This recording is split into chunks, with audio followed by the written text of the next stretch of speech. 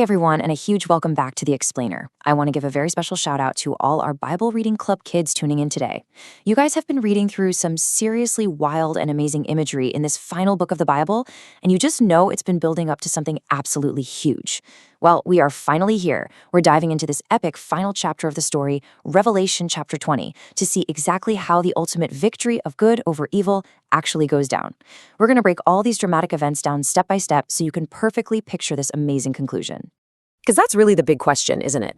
After all those intense battles, all those terrifying beasts, and all the struggles we've been reading about week after week, what actually happens when good finally throws down with evil in the ultimate showdown? Who wins? And maybe more importantly, how does it happen? To find out, we're going to look closely at the text to see what goes down when the biggest villain of them all is handed the ultimate timeout. Section 1. Capturing the Great Dragon. So our story kicks off with a totally unstoppable hero. We've got an angel stepping right down from heaven holding this massive chain. And the text says he laid hold on the dragon, that old serpent. I mean, the angel just marches right up and grabs the ultimate villain, who the text also calls the devil and Satan. There is absolutely no dodging, no escaping this angel's grip. The angel binds him up with that great chain and literally tosses him into the bottomless pit. He gets shut inside, and a seal is firmly set right on top of him. Now, why go through all that trouble? Well, the text tells us it's specifically so that he should deceive the nations no more. Just think of it as the ultimate, perfectly sealed timeout lockup. It's designed to completely stop the dragon from tricking or hurting anyone on Earth for exactly 1,000 years. Although, the text does give us a little hint that after that, he has to be let loose for just a little season. Section 2. The 1,000-year reign. Okay, so with the villain completely locked away, the camera kind of pans over to the heroes of our story, the people who stayed completely loyal to God. Let's look at the sequence here. First, the dragon is bound. Check. Then we enter this massive 1,000-year period. During this time, the souls of those who were faithful, the ones who boldly stood up for the witness of Jesus and the Word of God, they actually get to live and reign with Christ. It's this incredible, long era of peace and reward. And it's only after this entire 1,000 years wraps up that the dragon gets loosed for that tiny little season we just talked about. Now, the text makes a really cool comparison right here.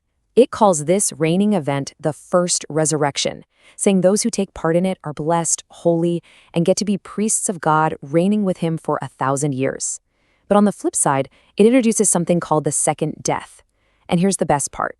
The text specifically promises that the second death has absolutely zero power over anyone in the first resurrection.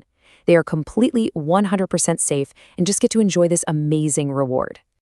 Section 3. The final epic battle.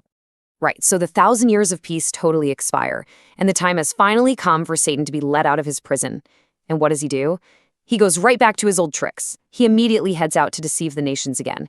The text calls these nations Gog and Magog, basically meaning all the nations from the four corners of the earth. Satan gathers them all together for this one last massive battle. And we are talking about an army so incredibly huge, the text says they are as the sand of the sea. Just imagine standing on a beach and trying to count every single grain of sand. That's how many enemies march across the earth to completely surround the camp of the saints and the beloved city. So the tension is peaking, right? It looks like it's going to be the most terrifying, difficult, drawn-out fight in human history. But there isn't even a battle. Actually, scratch that. There's no fight at all. The verse simply says, "And fire came down from God out of heaven and devoured them." Boom. That's literally it. The ultimate showdown ends in a total flash. That massive, terrifying army is instantly and completely devoured by fire right out of heaven. God just steps in, and the whole thing is over before a single sword is even swung. And that brings us to the most crucial point. What actually happens to the villain now? There are no more bottomless pits, no more heavy chains, and definitely no more little seasons of being let loose. The devil who deceived everyone is cast directly into the lake of fire and brimstone. He joins the beast and the false prophet, who are already hanging out in there, and the text lays it out plain and clear. They shall be tormented day and night forever and ever. The big bad villain is permanently, totally, irreversibly defeated. He is never, ever going to cause trouble again. Section 4. The Great White Throne. With the final battle completely dusted, the scene completely shifts to the most magnificent, awe-inspiring courtroom you could ever possibly imagine. Step 1. John sees this great white throne. And the one sitting on it is so glorious and so powerful that the text says the earth and the heaven literally flee away from his face. Wow. Step 2, the dead, both the small and the great, stand before God. Step 3, the books are opened. In step 4, make sure that absolutely nobody can hide or go missing. The sea gives up the dead that were in it, and even death and hell deliver up the dead which were in them. Every single person, from everywhere, is brought forward. So why is absolutely everyone gathered here? Well, they are going to be judged according to their works.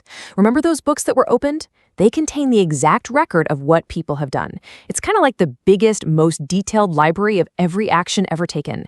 And it's used by God to make sure that every single judgment is perfectly, 100% fair. Everyone stands before that great white throne and they are judged. Every single person, according to exactly what's written in those books. But then something truly mind-blowing happens. God doesn't just judge the people, he actually judges the very things that cause us so much sadness and pain in the first place. The text says that death and hell themselves are cast into the lake of fire. Just think about how crazy that is. The very concepts of death and hell are permanently canceled, thrown away, and destroyed forever. The text explains that this casting into the lake of fire is exactly what is called the second death. Section 5, the Book of Life. Now, amidst all those giant books of works we just talked about, there is one very specific book that matters way more than anything else. The very last verse of Revelation chapter 20 tells us that whosoever was not found written in the book of life was cast into the lake of fire. It's just this incredible, heavy chapter that ends with evil entirely defeated, sadness and death completely thrown away, and God's perfect justice ruling over everything. But it all really comes down to this one ultimate promise. So, Bible Reading Club kids, the big question I'm leaving you with today is this: is your name written in the book of life?